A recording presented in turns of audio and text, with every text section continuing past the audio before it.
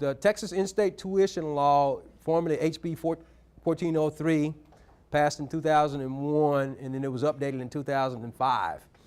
And so what this state law did was allowed undocumented residents to pay in-state tuition. It's really not a financial aid, it's a tuition law. But when you pay in-state tuition, you're also eligible for state financial aid. So a lot of people refer to it as a financial aid, but it's really a tuition. And so, and that's students obviously going at state public colleges, because that's, state institutions. And right now there's currently about 16 similar laws available in 16 other states that allow these residents in-state tuition. And if you allow in-state tuition, obviously it's going to be tuition is going to be a lot less than if you're, out-of-state tuition. But also the magic of in-state tuition is you're eligible for state financial aid. Almost all state financial aid. There's a couple that they're not, but we'll talk about that. So the requirements for in-state tuition, the undocumented students have to have graduated from a Texas high school or received their GED in Texas, reside in Texas for at least 3 consecutive years before graduating or receiving the GED, and then after that they reside in Texas at least 1 year leading up to college enrollment. Also, they have to sign a notarized affidavit of intent. Notarized affidavit of intent, for all intent purposes, says as soon as they are eligible to apply for citizenship, they will apply. A little scenario. Maria, my family and I came to Houston when I was 8 years old. I went to school in Houston until the 9th grade. We then moved to Austin and I started high school there in the 10th grade. I will graduate in May 2014. Do I qualify for in-state tuition and certain state aid? Yes. And why? I just told you that and then I'm asking. I wish I didn't even have these. That's me, Ricardo. I've lived in Texas since April 2012. I was not be able to graduate from high school or read, but I plan to get my GED. In May 2014. Do I qualify for in-state tuition and certain state aid? No. And he didn't qualify because of what? Less than 3 years. So he's graduating 2014. So it's only 2 years. If they were getting their GED in 2015, it'd be 3 years. So, it has to be 3 years before getting the GED or the graduation. Jacob, I've lived in Texas since I was 5 years old. I will graduate from high school in May 2014. After I graduate, I plan to live with my aunt in Florida so I can save money for college. I intend to return after a year or so I can start college in fall 2015. Will I qualify for in-state tuition and certain state aid? Why not? Yeah. You have to live in Texas, so he met the requirement for graduation, but he's leaving for a year. So if he left for a year and came back, he'd have to stay for a year, or maybe don't leave and just go to college straight out. But that 1 year that he's going to leave to be in Florida is going to make him not eligible. Let's talk about the application which you have. And again, it's used by most financial aid administrators in Texas colleges to determine a student's eligibility for state financial aid. Ultimately, what they're doing with that information that's submitted is doing basically what the FAFSA does, getting an EFC or an expected family contribution. They're just doing it manually or doing what's referred to sometimes as a hand calculation. So there's a little timeline, and so a lot of folks, the TASFA isn't an isolated form. It really goes along with admission. So apply for admissions in September through December of the senior year. And for males, they also have to register with selective service, and we'll talk about that. But the males, hopefully, if you have TASFA students and they haven't registered with selective service, then that's one of the things that they can do now. Hopefully, they would have done it earlier. Now, register for selective service for males. You're not able to do it online because you need a Social Security number. You have to get a form from the post office, and most post offices will have a form that the student will submit and mail in, and then the student will get some information from selective service. Okay, so they can do that now. Hopefully they would have done it in the fall. But they'll have to apply for admissions because it's admissions, not admissions driven, but it's based on admissions. And then that's what starts the process of rolling. So it's admissions and then applying for financial aid through the FAFSA. The TASFA. So January through March, file taxes if required to file taxes, and we talked about that. $20,000 for a family, a mother and father working, $10,000 for a student. Then they look on that package. I gave you the TASFA, but I gave you the page of instructions. Appendix A, which is in the back, that lists the colleges that will accept the TASFA. For colleges that don't accept the TASFA, they should accept a paper FAFSA. So most colleges will accept the TASFA. There are still some that won't, but they'll accept a paper FAFSA. And to get the paper FAFSA, you go to the FAFSA site, and then they'll give you some instructions on how to print a PDF of that. So most will accept it. There are some that won't. Go to the FAFSA site, the FAFSA.gov, look at the menu, and it'll give you options for printing or for downloading and printing the paper FAFSA. And then once the TASFA is completed, they have to mail that to the college's financial aid office. But really important for these students to follow up with the financial aid office after they've mailed that.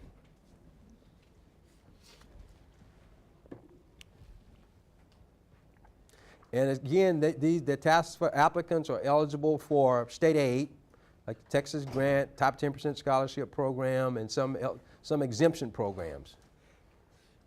They are not eligible for federal aid. There's a state grant called the College Access Loan that they won't be eligible for unless they have a cosigner, but they're not eligible for it. They have to have a cosigner that's a citizen or a legal permanent resident. And they're also not eligible for something called the Be On Time loan. That's not going to be available for those students also. Now, something that some students may be eligible for, if students have applied for deferred action, they've been given a permit to work, and they have a Social Security number. The state work-study program. There is a state work-study program. There's a federal work-study program, but some schools will have a state work-study program. They'll be eligible for that also. And so your students that have applied for DACA and received a permit to work may be eligible for the state work-study program. Someone asked a question about the status of you guys are familiar with deferred action, DACA? Deferred action for childhood arrival was something that was passed 2 years ago, sort of an administrative. It actually assists the students that are undocumented. They can apply for this. They can get a status where it's sort of a temporary status that lasts for 2 years where they can request a permit to work. They're not eligible. It doesn't change their status as far as being eligible for federal aid, but it does allow them the ability to work. They're less subject for deportation, some of those things. But it can be kind of complicated because the student that's applying for that, there's a fee. I think it's $495. They can submit that. If they're approved, then through this process, they're allowed a permit to work. There is a Social Security number, and some other things become available to them, like the ability to work, the ability to receive federal work, not federal aid, but the ability to receive state work study if that college participates in that. Mentioned that over 100 colleges and universities use this form. And it was first released in 2006, 2007. One of the things it did was it helped reduce the students' anxiety about which form to use, because some institutions were saying use the paper FAFSA, some of them had their own. And so a group of, a person named Maria Luna Torres that works at TG, she gathered a group of financial aid professionals and a college counselor, and they got together and they kind of used the best of existing forms and the FAFSA to create this so that there would be one common form for the students to use. It has 42 questions as opposed to the 100 of the FAFSA, so not all the questions on the FAFSA. A lot of the information is the same, but not all the same questions on the FAFSA are the same as on the TASFA. Some of them just didn't make any sense. There's personal information and dependency, household information. There is the tax filing status that asks for information from the parents, their salary, and also from the student. Also asks income and assets, much like the FAFSA does. Total family income, by total family income, it really should be the parent's income and the student's income. For the males, we mentioned they have to register with Selective Service, and then lastly, they have to have a signature. Now again, if your students are applying to more than one institution, then when they complete the TASFA, they can print the TASFA and then on the signature, make copies of it, but make sure that they're sending the original signature. So they can actually fill it out online. You can't submit it. You can fill it out online, then print it, but make 2 copies or print it twice, and then make sure that they're sending the original signature. So don't complete it and then make a copy of his signature and mail it to the second school. Make sure they're sending original signatures with the TASFA to each of the institution. Let's ask another frequently asked questions. If my parents don't file taxes and they get paid in cash, how do I report their income on the TASFA? So if you look on the TASFA, there is a question that will ask for their income and their asset information. So they do report it even if they're not filing taxes. And keep in mind, they don't have to file taxes if they made less than the IRS threshold. And so that isn't a TASFA guideline. That's a federal guideline that says if you made less than a certain amount, you're not required to file taxes. But they still have to report it even though they don't file taxes. Do my parents or I need to file taxes if neither of us has a Social Security number? Anybody? Anybody want to answer? Anybody? You got to know this one. Do the parents need to file if they don't have a Social Security number? Okay. If they made more than the threshold, then you have to file taxes even if you don't have a Social Security number. Okay. If you look on the second page in the instructions, if you look on the second page of the instructions, it gives some information on how to go about filing taxes. The parents will do a W-7, and what they're getting is an individual taxpayer identification number. Even if families are undocumented, they make more than the threshold, they have to file taxes. And that may be a difficult discussion that you may have to have with your student and with your parents because they're not used to filing taxes. I do know that MALDEF, which is an advocate organization, they have recommended that undocumented families that are required to file taxes, file taxes. Another question. This is a student question. I support my family and have filed as head of household on my taxes. My parents do not work. Do I use my tax return to complete the TASFA? That is true. The student will use his tax return because the parents aren't working. There will be no information. But he's still going to need the parents' information unless he can answer yes to a dependency question. And so you may get instances where students are maybe the breadwinners, but they made more than that amount, they have to file. And if their parents didn't, I mean, if they worked but they didn't make that amount, they have to put it, but they don't have to file. And if they're not working, then it's just zeros there. One of my parents lives out of the country. Whose income do I report on the TASFA? Anybody want to take that one? Huh? So it's the one that they reside with unless that parent is supporting the family. If that parent is supporting the family, I mean, he's out of the country, but they still have to put his information.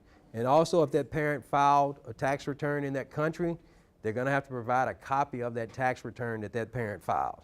So it's a situation where if that parent is part of the family, then you need that information.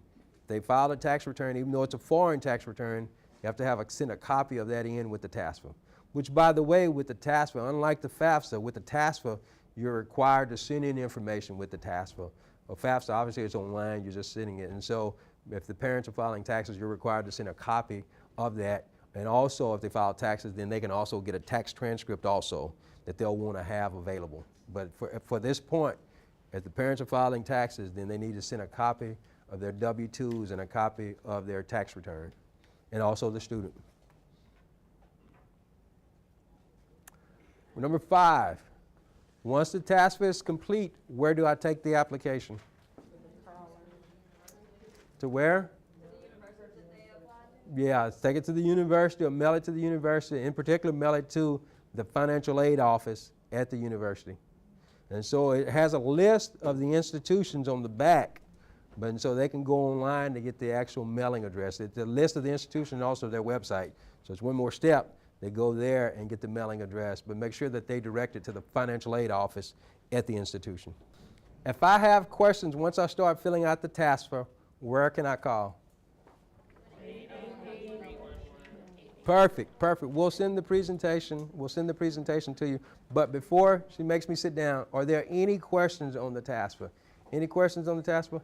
Yes, ma'am. So what if both parents are living in Mexico or somewhere else and they're here in the United States? Who do they use for their TASFA? Like if neither one of their parents are here.